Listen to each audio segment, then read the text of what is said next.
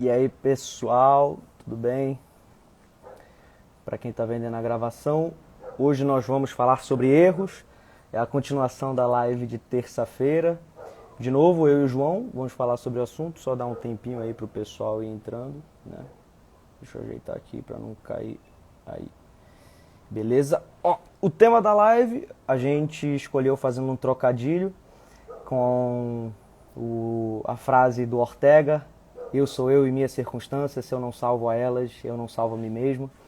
E a gente decidiu fazer um trocadilho, né? Porque as nossas circunstâncias também são nossos erros e nós precisamos amá-los, nós precisamos integrá-los à nossa personalidade. Deixa eu ver se o João já está aqui. Cadê? Beleza.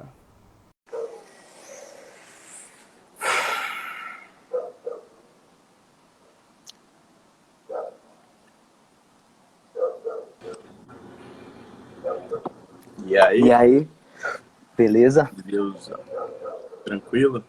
Daquele jeito, né? Só Sempre. botar aqui no silencioso. E aí? O pessoal tá entrando aí, né? Tranquilaço. Vamos... Quer contar alguma história pro pessoal? Não. Deixa eu só ajeitar aqui. Cara, tá caindo aqui. O cara da história é tua. Tá, então vamos continuar, vamos só explicando pro pessoal aí. Eu tava explicando o trocadilho, né, que a gente fez com Ortega. E por que a gente fez o trocadilho com Ortega? Porque, né, os espanhóis são os apaixonados. Quando se quer falar de amor, de uma vida bem vivida, uma vida sem um medo, sem aquele, como é que eu posso falar, aquele negócio assim. Os espanhóis, principalmente o Antônio Machado, ele olha pro erro e ele fala bem assim: eu errei, mas isso não é minha vida. Ele menospreza o erro e ele sabe o que realmente importa. Então, hoje a gente vai só falar desses caras, dos espanhóis. Tem muito a nos ensinar, né? Além de tudo, por causa da língua, né? Oriunda do latim, tem uma efervescência, assim, quando fala. A língua de apaixonado. É verdade. Não, eu acho que já dá pra começar, então. O pessoal entrou aí. Já tem um número razoável, né? Sim. Vamos lá. Primeiro, fazendo o contexto, para quem não viu a nossa antiga live, vamos explicando aqui pro pessoal. Na nossa antiga live, a gente falou sobre o que é a sensação do erro, né? O sentimento de fracasso, aquela sensação que, no final das contas, ela não serve para muita coisa, né? Ela não serve para muita coisa senão empurrar a gente só para baixo. O João, ele tocou muito nesse ponto, que a nossa natureza, né? Nós, no Éden, nós não éramos...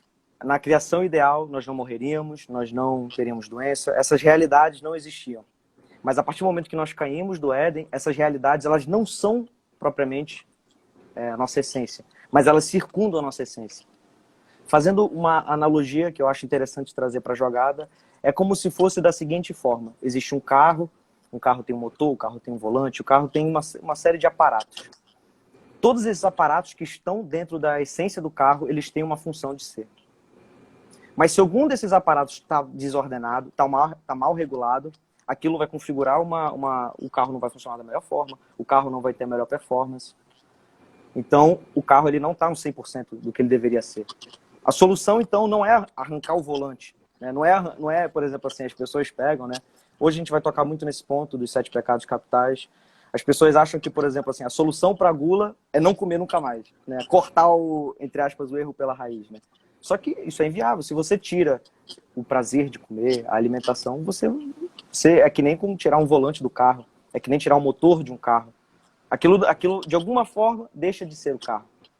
E é nesse sentido que a gente vai levar essa nossa conversa de hoje, no sentido de que nós temos que amar os nossos erros, porque de alguma forma eles inclinam a gente para a nossa essência. De alguma forma eles lembram para a gente qual é a nossa verdadeira essência. Sim. Posso começar? Pode, tá liberado.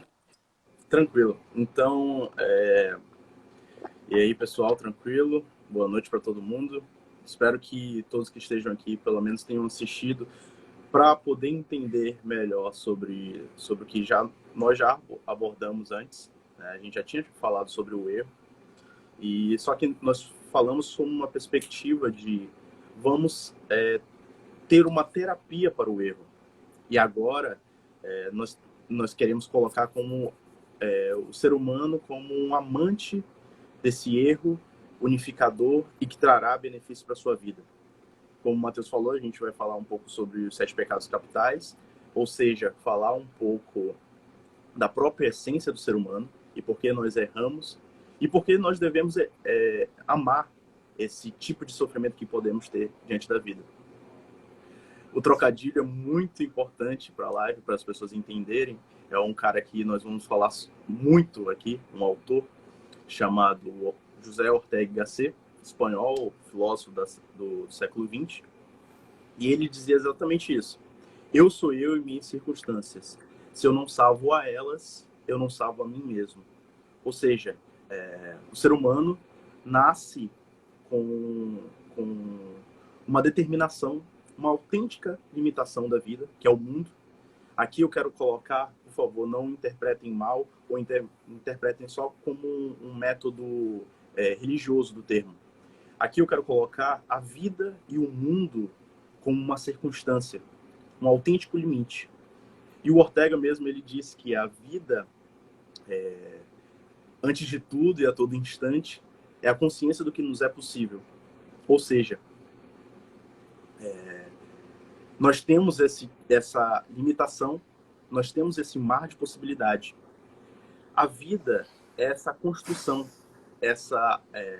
como eu posso falar, essa visão para o mar de possibilidades que existem. Porque se não tivesse diversas oportunidades, se não tivesse um horizonte para isso, nós não chamaríamos de vida. Nós chamaríamos o que poderia ser alcunhado de pura necessidade. Porque nós teríamos uma opção, na verdade nem teríamos opção, teríamos uma coisa a ser feita e teríamos que seguir aquilo. Mas não. A vida nos dá um mar de possibilidades. E a construção dela baseia-se em circunstância e decisão. O Ortega fala muito isso. Essa é a própria essência do ser humano. O que tem de mais importante para ele e que ele tem que refletir e pensar sempre é a sua circunstância, quais são os parâmetros que você nasceu, qual é o teu temperamento, o país que você nasceu, a família, cor de cabelo, não sei, todo tipo de circunstância que você pode ter, questão social. E, com base nisso, você aceitar a sua circunstância, que você não vai brigar com o que você realmente é, e, com base nisso, decidir as situações da vida. Sim. Tu tocou num ponto que é o ponto-chave, né? Não falou com essas palavras, mas que os erros, eles fazem parte do próprio caminhar. E uma coisa que sempre, né, hoje fizeram nos meus stories, perguntaram sobre o que era gnose, né? Tá me ouvindo? Sim. Travou? Travou um pouco aqui pra mim. Não, mas... Ah, tá. Ah, beleza. Me perguntaram o que era gnose. E quando eu fui responder essa pergunta, porque essa pergunta hoje, ela se falar gnose para religioso, o cara cai para trás, fala, meu Deus, isso é coisa do capiroto, não sei o quê. Faz a cruz, se benze não sei quantas vezes. E assim, é engraçado que o Santo Tomás, inclusive o dia dele é hoje, né? Rogai por nós. Ele matou a charada. Ele falou bem assim, Deus não criou nada que na essência era ruim. O que fez ser ruim, o fruto da ciência, era o que a Eva pretendia, ou seja, a intenção daquilo. Então, por que eu estou falando disso? Porque, assim, a questão, ela se tornou um erro, a decisão de Eva, por uma única coisa. Não era pela coisa em si, mas pela intenção que ela tinha. E esse ponto, ele é decisivo para isso aqui. Porque, por exemplo, esses erros, por exemplo, né, como a gente fala, a gula, ela tem você sentir prazer na comida, e a gula pode se estender a se tornar realmente a porneia, né, a luxúria. Bom, que homem não quer ter ali com a sua amada um momento de prazer máximo, união, os dois, e daquilo sair uma vida? Então não é o ato em si que é ruim, mas é a intenção quando você perverte, você deixa ele desordenado, essas coisas.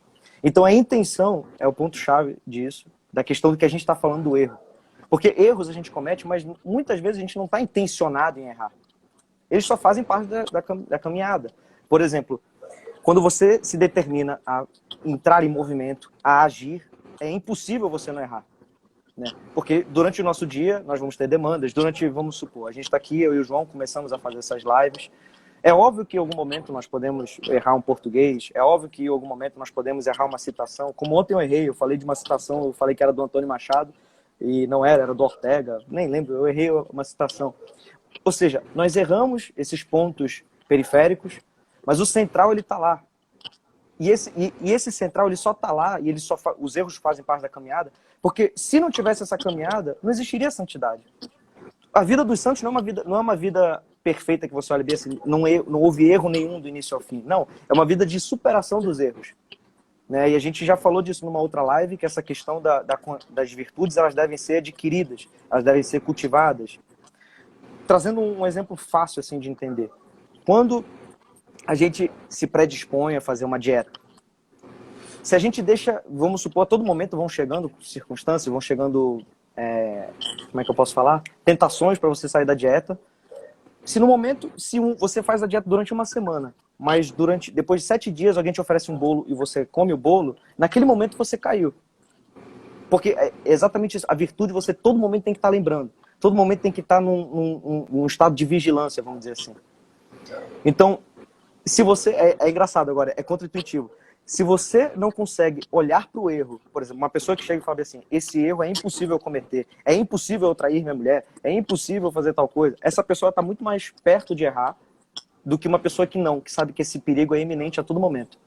Se eu sei que todo momento eu posso ser o cara que vai matar o meu amigo, eu posso ser o cara que eu vou trair minha mulher, eu posso ser o cara que vai ser um guloso, se eu todo momento tenho essas noções do que é a perversão, eu todo momento vou lutar mais ainda para que elas se mantenham, para que eu esteja em estado de graça, vamos dizer assim. Para que eu esteja sempre em estado de vigilância total. Para que eu nunca caia nessas tentações.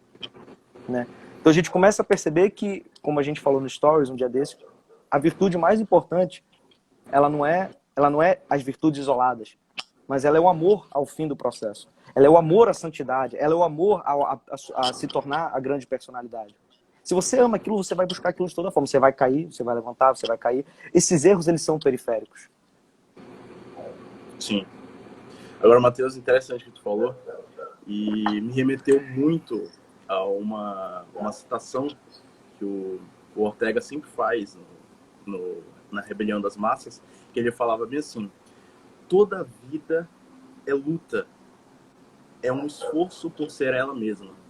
Ou seja, Sim. Nós lutamos. E essa forma de luta, essa guerrilha mesmo que existe dentro da nossa existência, é o esforço da nossa essência querer aparecer para o mundo. Uma vez me perguntaram sobre Deus e a presença dele na nossa vida, e eu citei o Paul Clandle, que é um diplomata do século XX, que ele falava assim, Deus é aquele que em mim é mais eu do que eu mesmo. Porque, exatamente como tu falou, a chave para se achar está no final do processo. O que acontece muito hoje em dia é que as pessoas querem encontrar essa razão de viver, essa perfeição divina, já presente na sua vida com 16, 17, 18, 19, 20 anos, 30 anos. Só Querem que aquilo... Eita, rapaz, de novo, todo dia... Mas vai, tô te ouvindo. Vai falando. Não, tô te ouvindo. certo aí, certinho. Agora tem que achar o controle aqui. Caso tenha aí, problema. Achei Tranquilo? aqui, vai. Já. Tá. O ring light, né? Olha só a luz. Vai. Então as pessoas já perdem a necessidade e a vontade dessa luta. O que é muito interessante que tu falou e me remeteu muito, eu lembrei do maior crime que aconteceu na humanidade. Muitos irão dizer que é os campos de concentração, do nazismo, dirão que é o fascismo, dirão que é a até nisso a gente é mesquinho, né? Até nisso a gente é mesquinho. A ditadura que teve no Brasil, podem falar tudo isso. Mas o maior crime que aconteceu foi a morte do nosso Senhor Jesus Cristo. E o que é interessante dessa passagem, que tudo dele foi planejado para que nós entendamos hoje em dia o que é realmente a passagem de Jesus e quando a verdade e o tempo e o verbo se encarnou aqui no meio de nós, é que as pessoas, quando olham essa história, elas só têm um julgamento de falar assim, poxa, Barrabás era muito ruim, deveria ter matado ele, ou, poxa, por que Pilatos fez isso? Aquela sociedade é toda corrompida, aqueles senhores da lei toda corrompida. Só falam disso, mas eles não conseguem entender que Jesus Cristo estava planejando para a gente, que nós conseguíssemos compreender que nós somos todos eles. Tanto Sim. Jesus Cristo, nós somos Jesus As Cristo pessoas também. elas falam mal de Pilatos, elas não sabem que elas poderiam ser Pilatos. Se fosse lá, Sim. teria feito pior. Teria feito pior, né? Exatamente. Então, nós éramos, até como nós somos, na verdade, né? Nossa essência. É tanto Jesus Cristo, quanto Barrabás, quanto Pilatos, quanto os fariseus. Nós éramos tudo isso. Nós somos tudo isso. E a própria revelação é para que nós entendamos que a essência humana é para a progressão. Sim. Eu entendo muito isso. Olha que engraçado. Tu falou isso. Existe um cara, não lembro agora qual é a nacionalidade dele. O nome dele é Gusdorf. Ele falava que o homem é 1/3 Deus, 1/3 ele próprio e 1/3 o diabo. É óbvio que, né, ele tá fazendo uma descrição poética do homem, mas é muito perfeito, é muito exato isso. Porque, por exemplo, se a gente não reconhece, como a gente está falando, assim, se a gente não reconhece as nossas piores baixezas, aquilo que a gente é capaz de cometer com as pessoas que a gente ama, a gente não vai amar a própria salvação, porque é exatamente isso. Se a gente não consegue olhar para um Pilatos e falar bem assim, eu sou esse cara, eu faria isso, ou se a gente não consegue olhar para a multidão que gritou crucifica-o, a gente nunca vai conseguir ser Dimas. Né? As pessoas não entendem isso, são Dimas, né? Rogai por nós. Sim. Que olha para aquilo tudo e fala, meu Deus, por que vocês estão julgando esse homem? Ele só está rezando por vocês. Né? Assim, a gente não vai conseguir ter Pode falar. Ou melhor, não teremos a melhor frase dessa passagem, que é diante do erro dos outros, não do seu. Jesus Cristo falou, né? Pai, eles não sabem o que fazem. Eles não sabem o que fazem. É exatamente isso.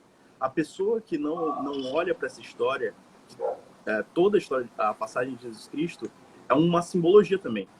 Sim. É uma matriz Sim. de interconexões simbólicas. O cara que não quer, por exemplo, que entra assim, depois esse cara fala muito de catolicismo. O cara pode estudar a Bíblia se ele quiser só para entender a antropologia real, se ele quiser só adquirir sabedoria. Ele vai ter uma perda, mas ele vai conseguir tirar alguma coisa, algum proveito daquilo. Aquilo é uma descrição simbólica total do ser humano, em todos os aspectos. Engraçado que até outro momento da vida de Jesus Cristo, né, é o momento do deserto.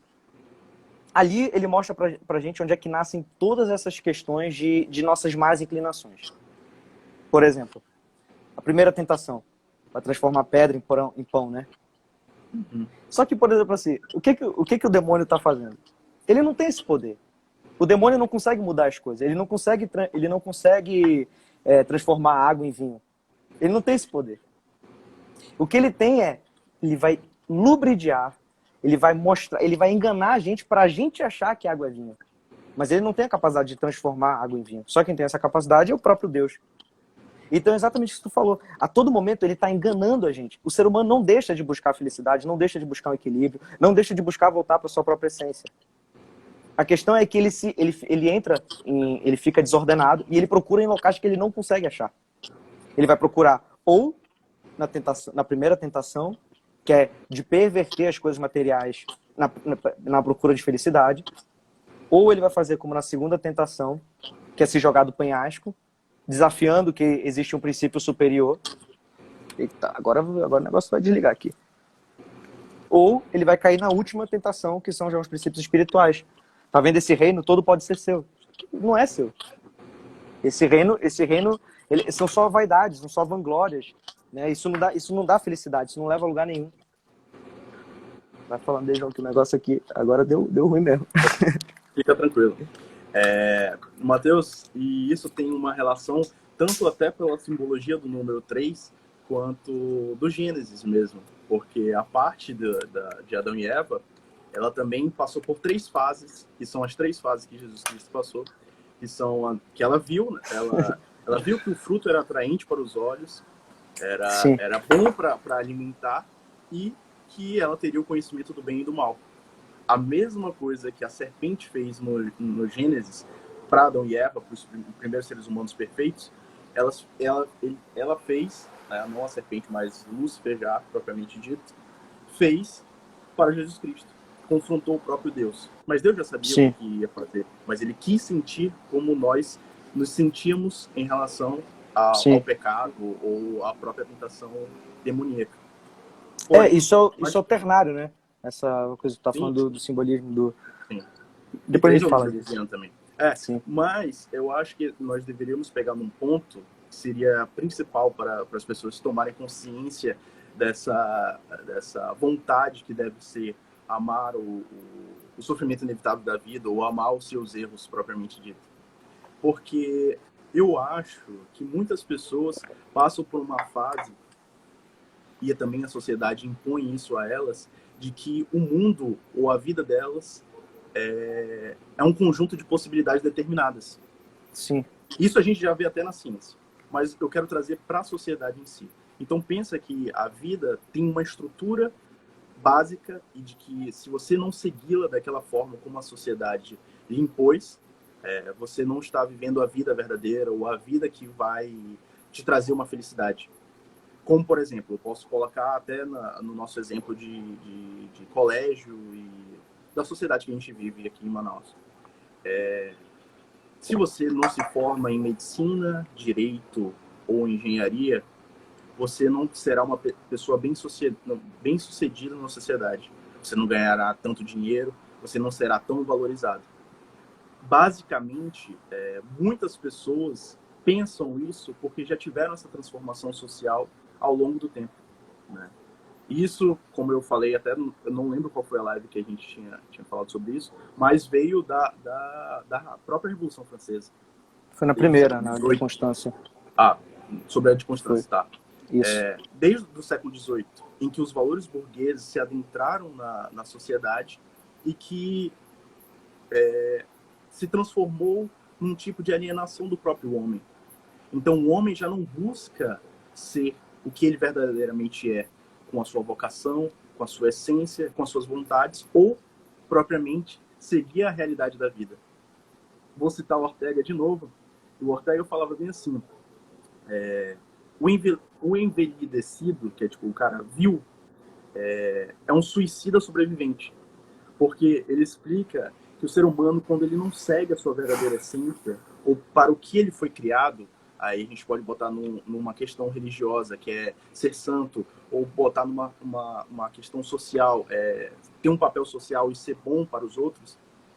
Quando ele não segue isso, o que ele verdadeiramente é, as suas vontades, ele pode rondar por uma outra vida, por outra via de acesso, pode querer ser outra pessoa, pode agir de outra forma. Porém, o que é engraçado é que parece que ele tem um fantasma. O Ortega até falou isso. Há um fantasma que Sim. está presente nele, falando assim, olha, você não está seguindo quem você é. E aí nós nos sentimos culpados. E dessa forma, só que nós podemos aprender que, poxa, será que eu estou fazendo alguma coisa errada na minha vida? Eu acho que é propriamente aquela questão que até a própria Madre Igreja fala sobre o exame de consciência. Me perguntaram isso também hoje, sobre se a vida sem exame, alguma coisa do tipo. Eu falei, o exame da vida é aprender a viver. A pessoa que não faz o exame da sua vida de avaliar, poxa, em que pontos eu errei, em que pontos eu acertei. A partir disso, a partir já de uma vivência, é que você pode criar uma narrativa, como a gente estava falando antes, na outra live, ou que você pode fazer uma tabelazinha e dar um check entre, poxa, nessa opção de vida, eu já errei. Então, acho que já não é profícuo eu continuar nessa estrada. Aqui eu acertei. Então, como o Ortega sempre mostra, nós temos um círculo, um repertório de possibilidades para alcançar a nossa verdadeira essência ou alcançar a santidade. Agora, a pessoa que não tem a verdadeira compreensão do que é isso, acaba se martirizando e vivendo a lástima. Sim. Tem um padre que foi uma das leituras mais importantes para mim do ano passado. O nome desse padre é Alphonse Gartry. Ele diz uma coisa que é muito certeiro, né? Olha como é profundo. Ele fala que o erro, né, ele é pior em pensamento do que na realidade. O que ele está falando? Ele está falando exatamente dessa questão da a gente para e fica querendo olhar em checks, fica querendo fazer esses planejamentos, quando a realidade é clara. Como é que tu sabe se alguma coisa é boa ou ruim? Pô, olha pelos frutos. Bom, como é que eu sei se uma amizade é boa ou ruim? Pô, é muito fácil ver onde é que esse meu amigo está me levando, onde é que ele me apoia, onde é que as coisas estão acontecendo, né? Quantas coisas na vida a gente para, a gente cessa, porque a gente fica com medo de, não, mas no futuro isso pode dar errado, no futuro não sei o quê. Bom, é aquela grande pergunta. Se não eu, quem? Se não agora, quando? É muito simples isso. E é exatamente o que a gente reza na Ave Maria todo dia. É o agora e na hora da nossa morte. Todo não... Exatamente. Todo não... O não existe. Ele é um sim para outra coisa. Por exemplo, quando um amigo meu, o João, me liga e fala, Mateus, vamos comer um hambúrguer? Eu falo não. Não é que eu estou dizendo não para o João. Eu estou dizendo sim para outra coisa. Sim para eu ficar em casa sem fazer nada. Sim para dieta. Sim para, sei lá, para várias outras coisas. Então, quando a gente fica nisso assim, não é o momento, não sei o quê. Bom, se eu estivesse pensando nisso, a gente nem estaria aqui nessa live agora, eu e o João. Bom, quando a realidade é muito clara, às vezes a gente, né... E até o Antônio Machado fala disso. No final do poema, né? No final do poema Retrato, essa frase tá clássica já no meio intelectual de hoje, muito por causa do Ítalo, né? Muito por causa da galera, mas vou falando com o homem que vem comigo, porque quem fala sozinho espera falar com Deus um dia. Porque é um cara... O que tu percebe de uma frase dessa? É um cara que não tem afetação. Ele sabe exatamente, ó, Deus é aquilo ali, eu tô tentando chegar lá, eu não sou santo ainda, não fico falando com Deus, eu não sou o melhor amigo de Deus não fica falando comigo toda hora. E se um dia ele quiser falar comigo, talvez eu escute a voz dele.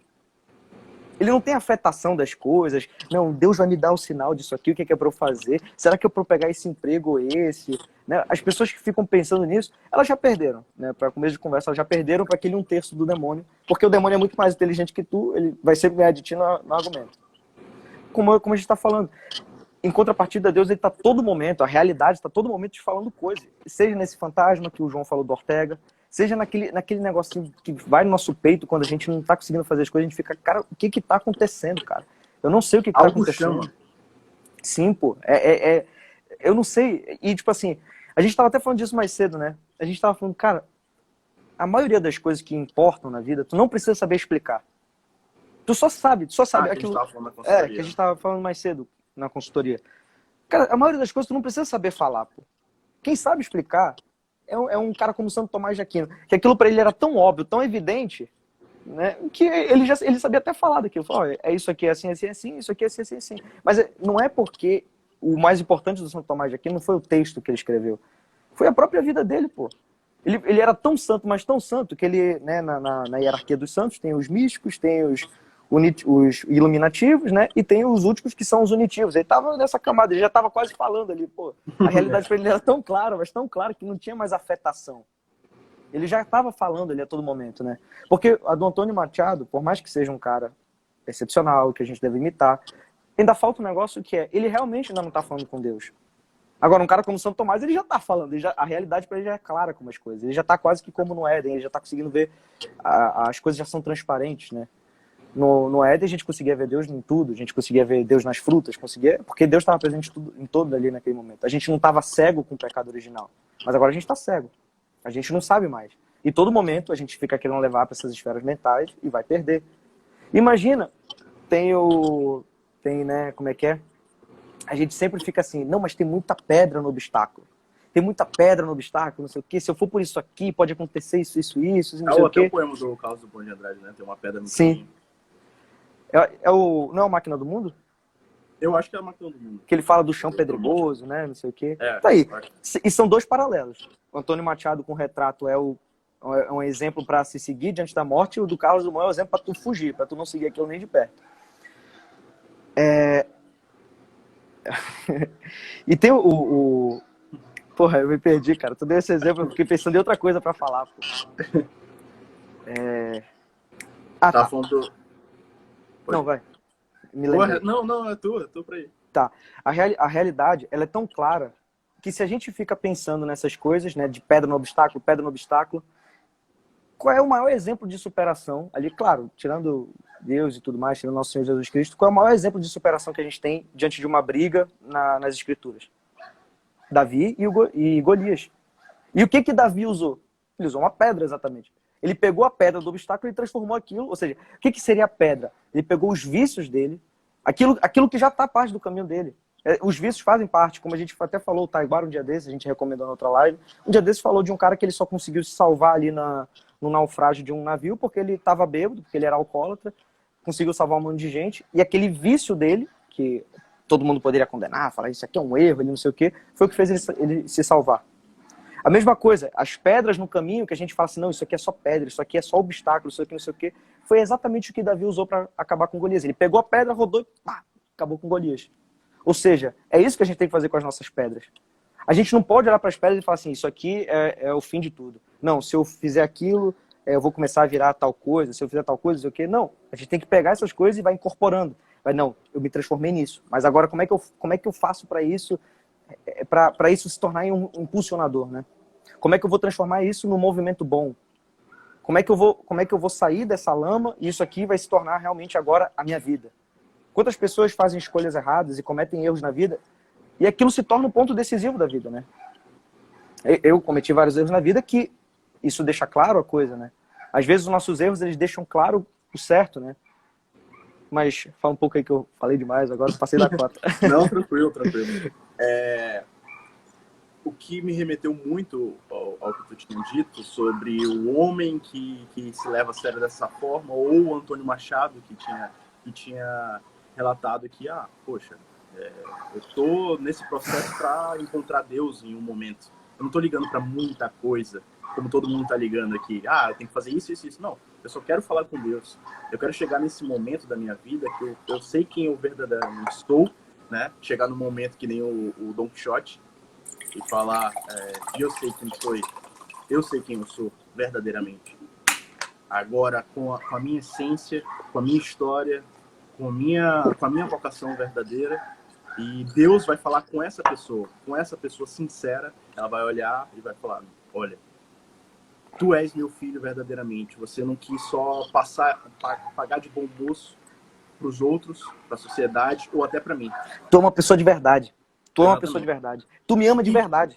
É exatamente isso. E o começo disso, penso eu, que pelo menos o cara chegar numa 7ª ou 8ª camada. Pelo menos. Diria que é só a partir daí que o cara começa realmente. Né? Porque ele começa a ter consciência do horizonte dele. Um cara nós iremos fazer uma live, tá? De desculpa, mas eu tenho que falar sobre isso agora.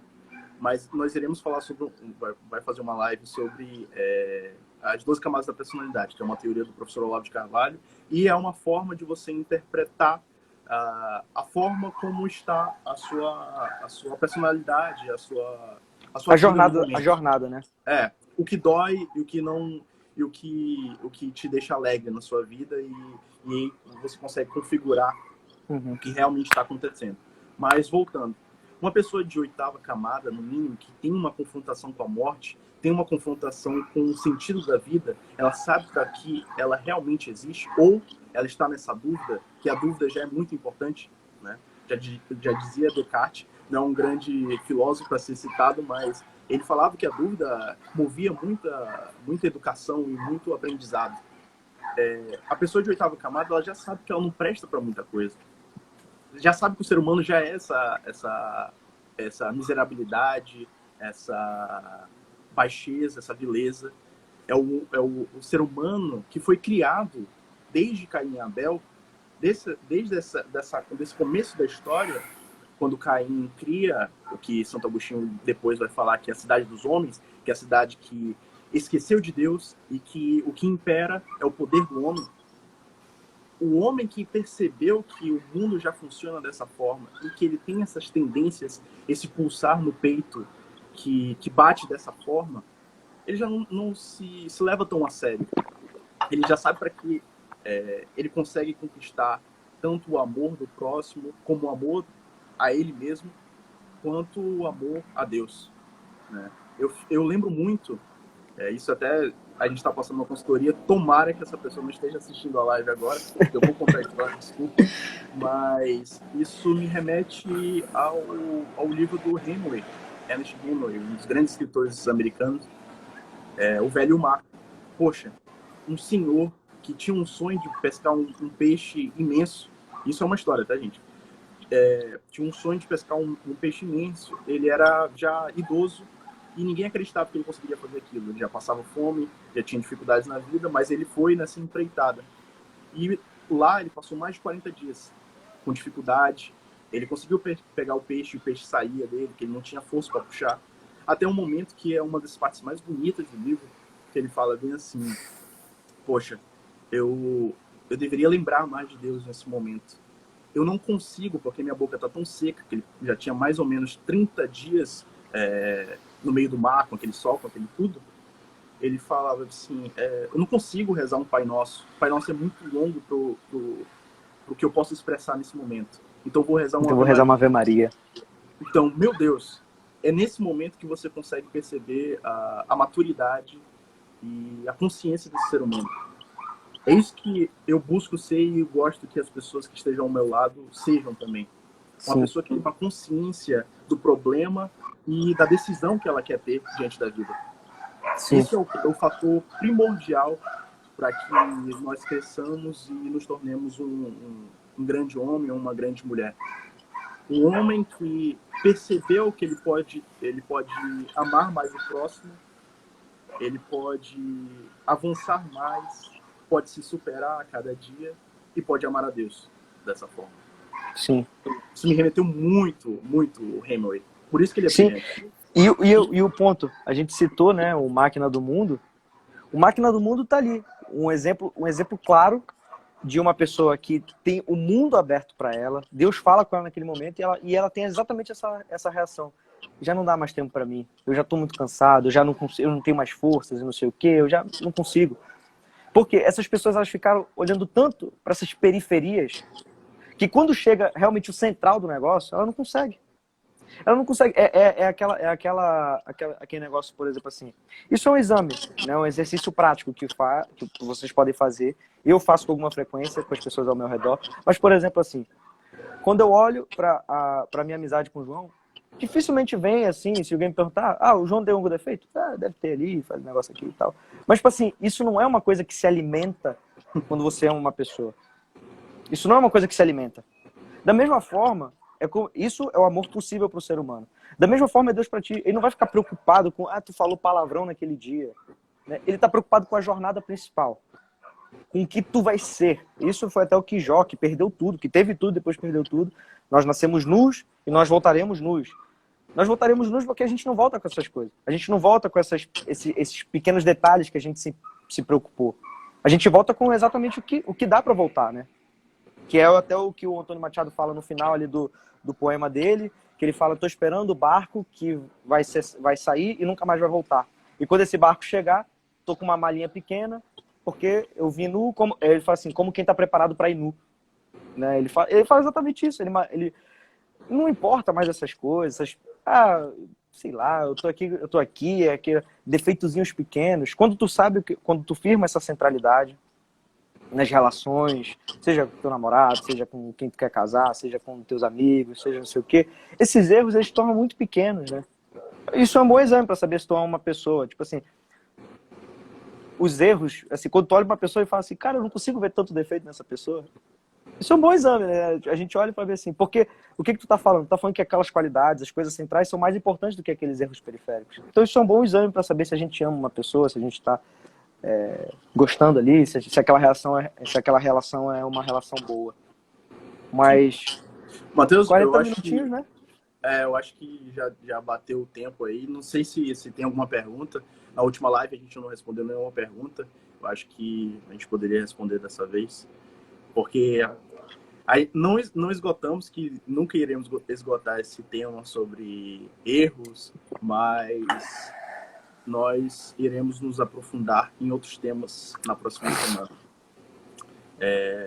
E eu queria deixar uma mensagem para vocês também, para pensar nisso, que é um filósofo chamado Disraeli falava: faça o que te agrada, desde que realmente te agrade. Eu não vou explicar a frase, fica aí na sua cabeça. Fica de E tarefa de casa, né? Fica de tarefa de casa. tente interpretar com base em tudo que a gente falou aqui. Não tem nenhuma pergunta, Matheus. Então acho que a gente já pode acabar. Não, é porque tem o delay, né? Não sei se... não sei se, não. tipo, tem um delayzinho pro pessoal lá, né? Eu não sei como é que... Não sei. Esperar um pouquinho, né? Tirar fotos também, né, por enquanto. É. Não, Pessoal... o pessoal da consultoria tá obrigado, tá? Quem é da consultoria tá obrigado a tirar foto. Agora o resto aí pode ir. Pode tirar foto aí, marcar com uma mensagem, com a frase do Disraeli, não sei. Vai.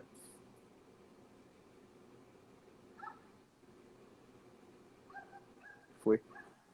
Deu tempo. Tava um tempão, parece que tá tirando foto normal mesmo, né? O cara fica tenso. Pois é, então acabou. Amanhã... Não é só uma citação, né? Não é pergunta, não. Pois, o papo foi bom hoje, né? Foi rapidinho. Foi muito bom. Tá passando rapidinho as lives. É bom pra acabar a semana também. A gente já vai fazer alguma essa semana, né? Vai ter alguma essa semana ainda, né? Essa semana? Não sei, só se for domingo, eu acho, né? A gente vê aí um dia. Valeu, pessoal. Obrigado aí. A gente vai abrir uma caixinha de pergunta com o tema, tá? Ó, fala em espanhol, né? Fala aí, João. Fala aí. Não, tu pode citar aí o Antônio Machado, em espanhol. Do Antônio Machado? Quem habla solo, espera hablar a Dios um dia.